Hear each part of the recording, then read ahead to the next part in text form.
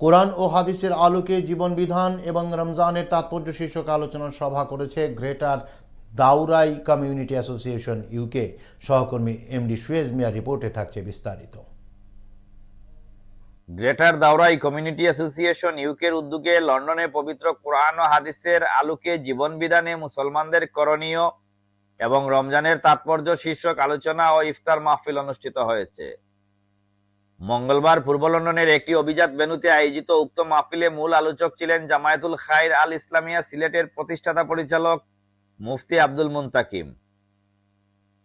তিনি বলেন, রমজান শুধু সারাদিন উপবাসের নাম নয়, এর উদ্দেশ্য হলো রমজানের শিক্ষাকে কাজে লাগিয়ে সকল প্রকার খারাপ ও অন্যায় কাজ থেকে বিরত থাকা এবং পরবর্তী 11 মাস ঐক্যের সহিত সৎ জীবনযাপন ও ন্যায়ের পথে চলা। সংগঠনের সভাপতি আনিস আলীর সভাপতিত্বে ও সাধারণ সম্পাদক হানিফ ইসলামের পরিচালনায় অনুষ্ঠিত আলোচনা সভার শুরুতেই পবিত্র কোরআন থেকে তেলাওয়াত করেন সহসভাপতি তারিফ খান। যুক্তরাজ্যের বিভিন্ন শহর থেকে গ্রেটার দাউরাই এলাকার প্রবাসীরা স্বতঃস্ফূর্তভাবে মাহফিলে অংশ নেওয়ায় ধন্যবাদ ও কৃতজ্ঞতা জানান সংগঠনের নেতৃবৃন্দ।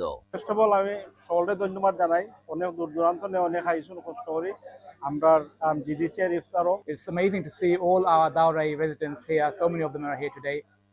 So we had a grand iftar here in East London.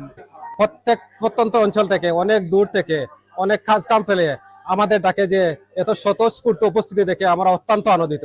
অনুষ্ঠানে বক্তব্য রাখেন সিনিয়র সহসভাপতি আমির হুসাইন, কোষাধ্যক্ষ শাহিন মিয়া, উপকোষাধ্যক্ষ মশিউর রহমান রাজা, প্রচার সম্পাদক জিয়াউল আমিন, লন্ডন মুসলিম সেন্টারের সাবেক চেয়ারম্যান আয়ুব খান, প্রবীণ কমিউনিটি ব্যক্তিত্ব লুৎফুর রহমান, সংগঠনের সাবেক সভাপতি আজাদ মিয়া ফারুক, সাবেক সহসভাপতি শাহিন মিয়া, সাবেক কোষাধ্যক্ষ কাউসার এম আহমদ ও কামাল হোসেন, মোসাদ্দর আলী, আবু বকর খান ও নানু মিয়া সহ আরো অনেকে। এমডি সুয়েজ মিয়া, এটিএন বাংলা, ইউকে।